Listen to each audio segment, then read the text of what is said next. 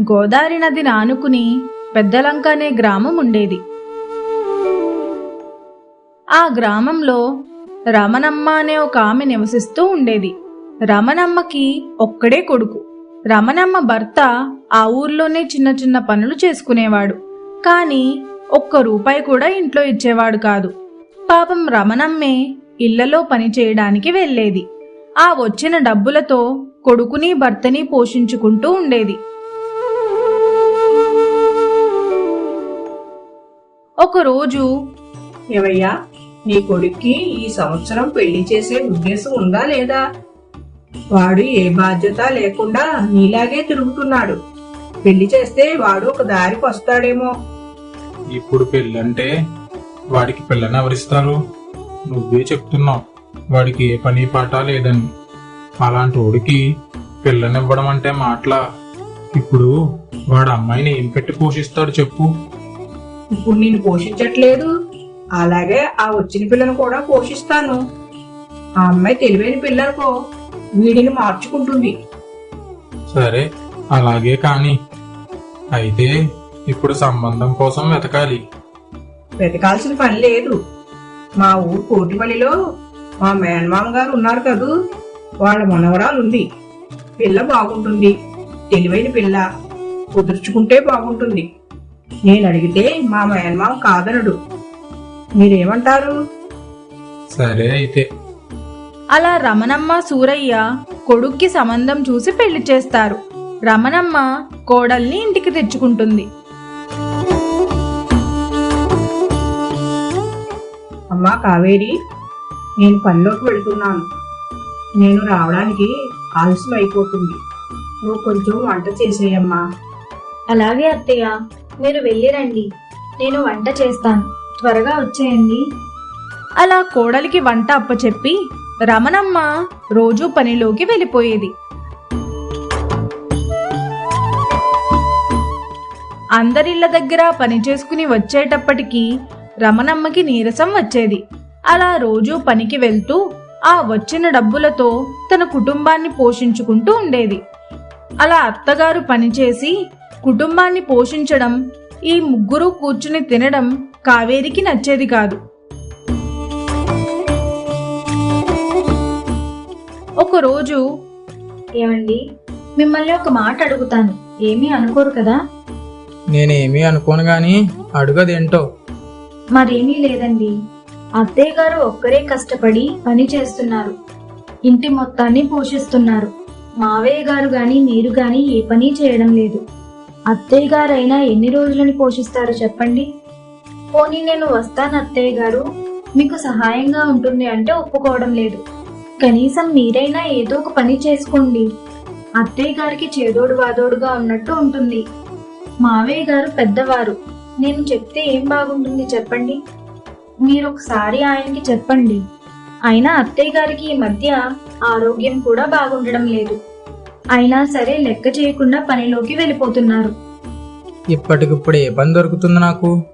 ఏం పని చేయమంటావు చెప్పు? ఇప్పటికిప్పుడు ఏ పని చేయమంటారంటే ఏం చేస్తానండి, అది మీకు తెలియాలి. ఏదో ఒక పని చేయండి బయటకు వెళ్ళి.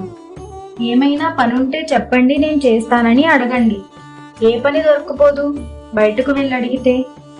సరే, నాకు తెలిసిన వాళ్ళని ఎవరినైనా అడిగి చూస్తాను. అలాగే మావయ్య గారికి కూడా చెప్పండి ఏదైనా పని చూసుకోమని. రాజేష్ కావేరి చెప్పిందంతా తండ్రికి వివరిస్తాడు. తండ్రి కొడుకులిద్దరూ కలిసి బయటకు వెళ్తారు. ఇంతలో రమణమ్మ ఇళ్ల దగ్గర పనిచేసి అలసిపోయి వచ్చి అరుగు మీద కూర్చుని కావేరిని పిలుస్తుంది. అత్తయ్య పిలిచారా? తాగడానికి మంచినీళ్లు తీసుకుని రమ్మంటారా? వద్దులేమ్మా, ఈ ఎండలకి నడిచి రావాలంటే చాలా కష్టమైపోతుంది. 5 ఏళ్ల కాడ పనిచేసి వచ్చేటప్పటికి తల ప్రాణం తోక్కొస్తుంది, ఓపికంతా పోతుంది. సరే గాని తండ్రి కొడుకులు భోజనం చేశారా లేదా? ఇంకా చేయలేదు అత్తయ్య, బయటకు వెళ్ళినట్టున్నారు, ఇంకా రాలేదు. నేను వాళ్ళ గురించి ఎదురు చూస్తున్నాను. ఎక్కడో తిరుగుతూ ఉంటారు తండ్రి కొడుకులు, భోజన సమయానికి వచ్చేస్తారులే. ఇదిగో అమ్మా, ఈ చేపల పులుసు లోపల పెట్టు. చేపల పులుసు ఎవరిచ్చారు అత్తయ్య? చాలా కమ్మటి వాసన వస్తుంది. వాసన చూస్తుంటేనే గుమగుమలాడిపోతుంది.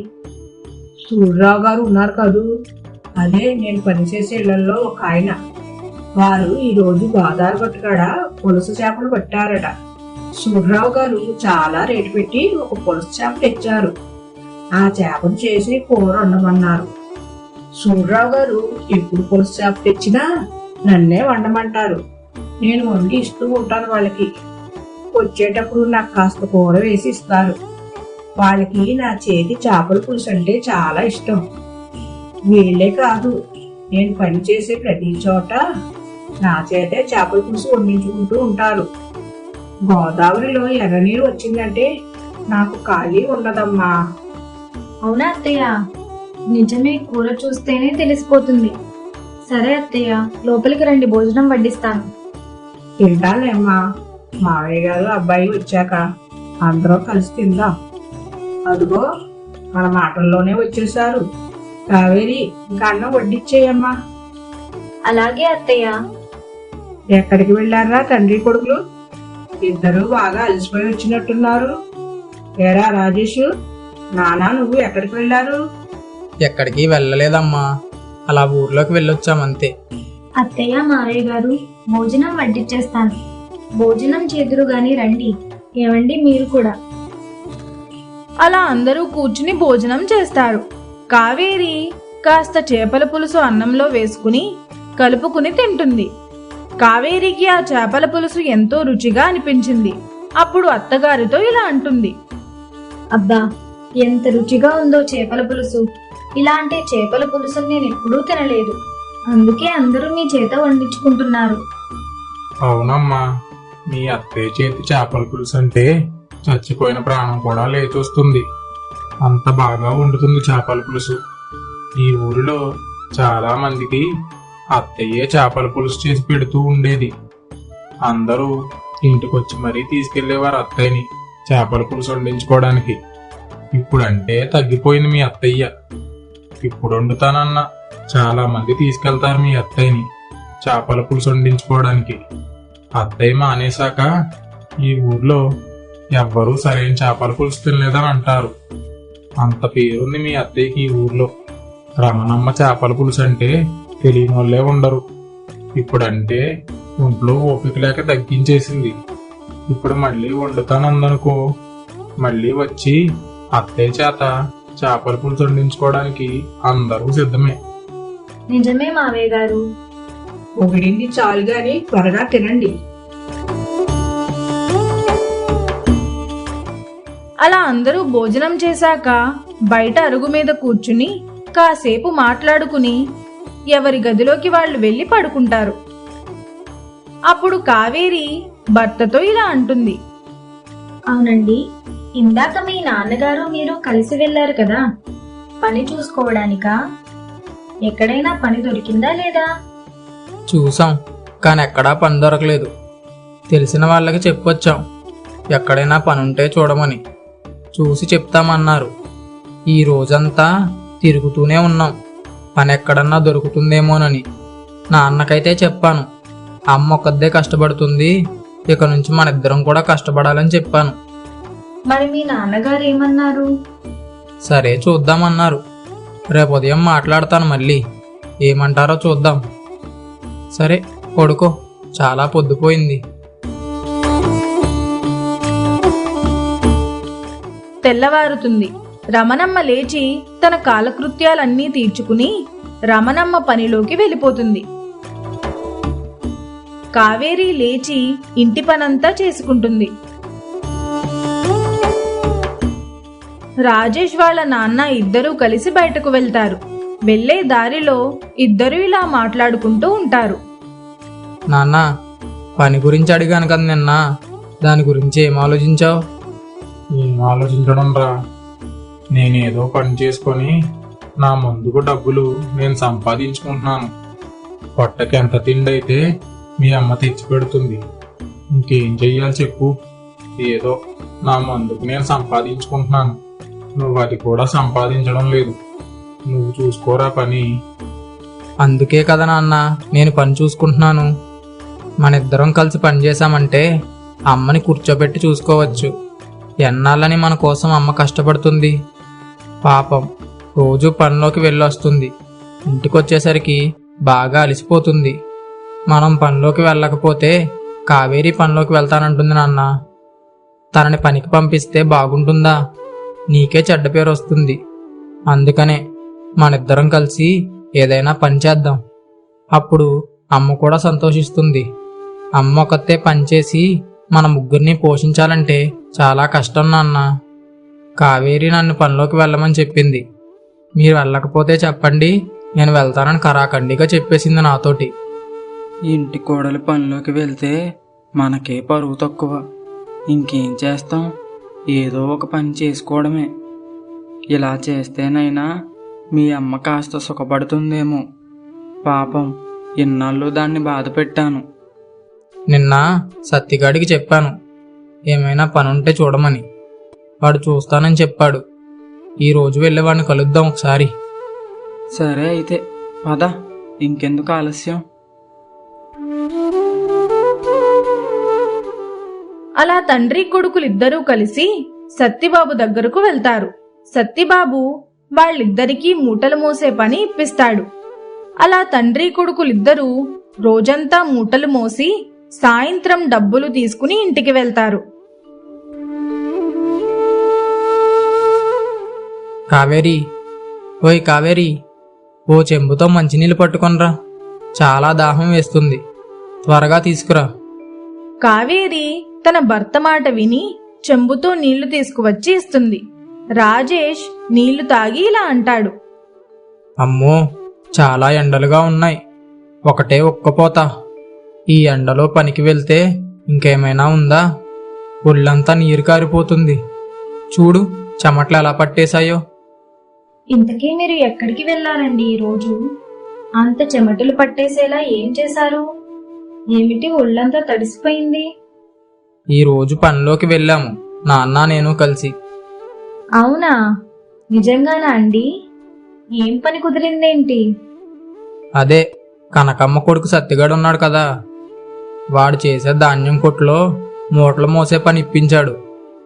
పోనీలేండి, ఏదో ఒక పనిలో కుదిరారు, సంతోషం. మీ నాన్నగారికి కూడా మూటలు మోసే పనేనా? అవును, మా నాన్న కూడా మూటలు మోసే పనే. మరి మీ నాన్నగారు మూటలు మొయ్యగలుగుతున్నారా లేదా? మా నాన్నకి కొంచెం కష్టంగానే ఉంది. మూటలు పైకి ఎత్తలేకపోతున్నారు. కొన్ని రోజులు చెయ్యండి. కష్టంగా ఉంటే అప్పుడు మానేసి వేరే పని ఏదైనా వెతుక్కుందురు గాని. అలా వాళ్ళిద్దరూ మాట్లాడుకుంటూ ఉంటారు. రోజు తండ్రి కొడుకులిద్దరూ మూటలు మోసే పనిలోకి వెళ్తారు. అలా రోజులు బాగానే గడుస్తాయి. ఒకరోజు, అమ్మా కావేరి, ఈ రోజు వంట చేయకు. మా నువ్వు పెద్దరాజు గారు ఉన్నారు కదా, వారి ఇంట్లో ఈ రోజు భోజనాలు ఉన్నాయి. వాళ్ళు మనందరికీ భోజనం పెట్టిస్తానన్నారు. నేను వచ్చేటప్పుడు తీసుకొస్తాను. తొందరగా వచ్చేస్తాను. మావయ్య వచ్చాక పెద్దరాజు గారి ఇంటికి రామన్నానని చెప్పు. అత్తయ్య, మావయ్య గారు మీ అబ్బాయి ఇద్దరూ పనిలోకి వెళ్తున్నారు కదా, ఇంకా మళ్ళీ మీరెందుకు పనిలోకి వెళ్తున్నారు? పని మానేసి ఇంట్లో ఉండొచ్చు కదా. పనిలోకి మానేస్తే రోజులు గడవద్దు. మావయ్య నా కొడుకు పనిలోకి వెళ్తున్నారు కదా అని నేను పని మానేసి ఇంట్లో కూర్చుంటే కుదరదమ్మా. వాళ్ళ పని ఒక రోజు ఉంటుంది, ఒక రోజు ఉండదు. అలాని వాళ్ళ మీద నమ్మకం పెట్టుకుంటే కుదురుతుందా? అదేమన్నా మన సొంత పని రోజు ఉంటుంది అనుకోవడానికి?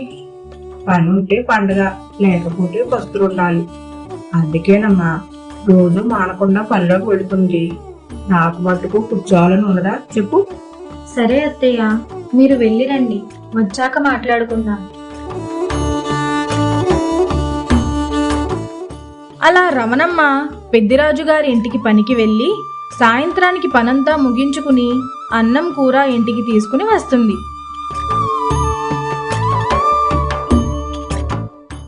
అందరూ భోజనం చేసి ఎవరి గదిలోకి వాళ్ళు వెళ్ళి పడుకుంటారు. ఇలా కుటుంబంలో అందరూ రోజూ పని చేసుకుని ఏ రోజుకా రోజు అన్నట్లు ఉండడం కావేరికి కొంచెం కష్టంగా అనిపించింది. ఇంతలో తనకి తన అత్తగారు చేసిన చేపల కూర గుర్తొచ్చి వాళ్ళ అత్తయ్య తాను ఇద్దరూ కలిసి ఒక చిన్న కర్రీ పాయింట్ పెడితే ఎలా ఉంటుంది అని ఆలోచన వస్తుంది. ఏమండి, అత్తయ్య పని మానేయమని చెప్తుంటే వినట్లేదు. అందుకని నాకు ఒక ఆలోచన వచ్చింది, చెప్పమంటారా? చెప్పు, ఏంటా ఆలోచన? మరేమీ కాదండి, అత్తయ్య నేను కలిసి ఒక వ్యాపారం చేద్దాం అనుకుంటున్నాము. ఏమంటారు? వ్యాపారమా? ఏం వ్యాపారం కావేరి? అదేంటో రేపు ఉదయాన్నే అత్తయ్య మావయ్యల ముందు చెప్తాను. ఆ రాత్రి కావేరి మనసులో ఒక గొప్ప ఆలోచన మొదలైంది.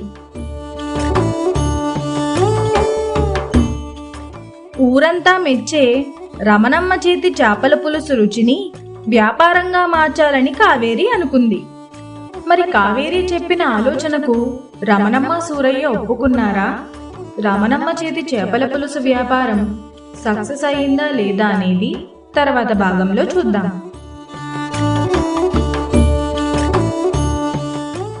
మా వీడియో గనుక మీకు నచ్చినట్లయితే లైక్ చేయండి, షేర్ చేయండి, కామెంట్ చేయండి. మరిన్ని మంచి కథల కోసం మా ఛానల్ని సబ్స్క్రైబ్ చేసుకోండి.